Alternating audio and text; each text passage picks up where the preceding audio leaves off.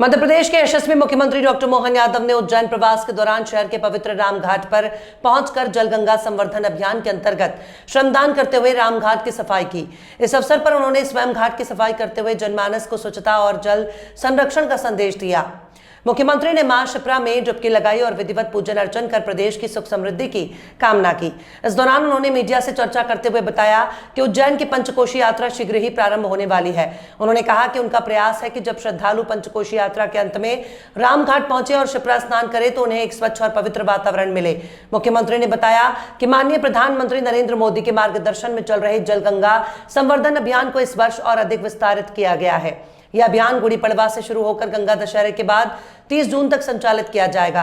उन्होंने जानकारी दी कि प्रदेश में अब तक 1.62 लाख से अधिक जलदूतों का पंजीयन किया गया है, जो जल स्रोतों के संरक्षण और संवर्धन में सक्रिय भूमिका निभा रहे हैं।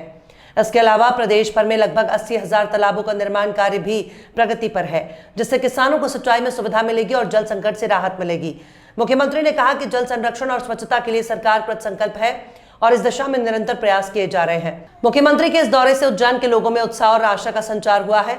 लोगों ने मुख्यमंत्री की स्वच्छता और जल संरक्षण के संदेश का स्वागत किया और इस दिशा में सहयोग करने का संकल्प लिया है। आपने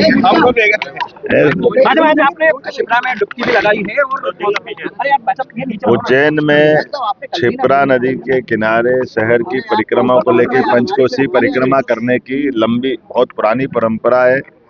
हजारों लाखों लोग आकर के यहाँ परिक्रमा करते हैं पंचकोशी की। ऐसे में बैसाख माह में होने वाली इस परिक्रमा के प्रारंभ के अवसर पर जब आकर के यात्री स्नान करेंगे तो घाट में स्वच्छता के लिए, जल की शुद्धि के लिए और खास करके नदी के अंदर काई जम जाती है। ऐसे में हम सब मिलकर के जलगंगा संरक्षण अभियान जो प्रदेश में चल रहा है, इस अभियान के इस सिलसिले में मैं उज्जैन प्रवास पे आया था तो मां शिप्रा को नमन करते हुए स्नान भी किया, कुछ सेवा भी की।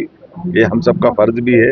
यशस्वी प्रधानमंत्री के नेतृत्व में जब अमृत सरोवर से लेकर के जल रचनाओं पे पूरे देश में काम हो रहा तो हमारी सरकार ने पूरे 3 माह तक ये अभियान चलाने का निर्णय किया। गुड़ी पड़वा से लेकर हमारी गंगा दशमी के बाद तक पूरे 30 जून तक ये 3 माह अभियान चलेगा, जिसमें कई प्रकार से हम काम कर रहे हैं। कुएं, बावड़ी, नदी, तालाब, पोखर, पुरानी अलग अलग प्रकार की जल रचनाएं, प्रत्येक के जल स्रोत का संवर्धन करने का काम भी हम कर रहे हैं और ऐसे में जागरूकता फैलाते हुए जनता को इससे जोड़ते हुए जलदूत की भी हमने पंजीयन की परंपरा प्रारंभ की।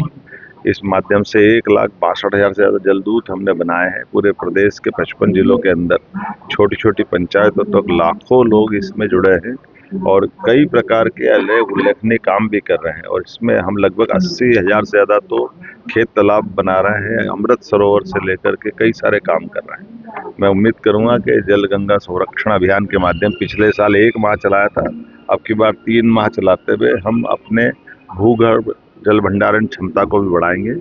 वैसे तो नदियों का मायका है मध्य प्रदेश, अथाह जल राशि हमारे पास है और ये बढ़ता जाए परमात्मा की कृपा है।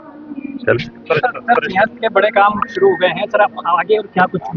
देखिए, सिंहस्थ अद्भुत होने वाला है और सिंहस्थ के लिए जैसे प्रयाग में हुआ है और पुरानी परंपरा रही है हमारे उज्जैन की, उसको और बेहतर से बेहतर करने के लिए काम कर रहे हैं। मैं उम्मीद करूंगा कि इस बार जो हमारे यशस्वी प्रधानमंत्री के नेतृत्व में इस बार का सिंहस्थ जो आने वाला 2028 में, और वैसे तो अब सिंहस्थ की तो 12 साल में एक बार स्थिति बनती है। अब तो 8 करोड़ से ऊपर धार्मिक पर्यटन के खासकर यात्री यहाँ हमारे आते हैं, उसके सारे प्रबंधन के लिए बहुत सारे मोर्चों पे सरकार काम कर रही है और उम्मीद करेंगे इन सारे चीज़ों का लाभ मध्य प्रदेश को भी मिलेगा, जिसमें पर्यटन के माध्यम से कई लोगों को रोजगार मिलेगा, कई लोगों की जिंदगी बदलेगी और उज्जैन का गौरव जो पुराना है वो पुनर्स्थापित होगा। मेरी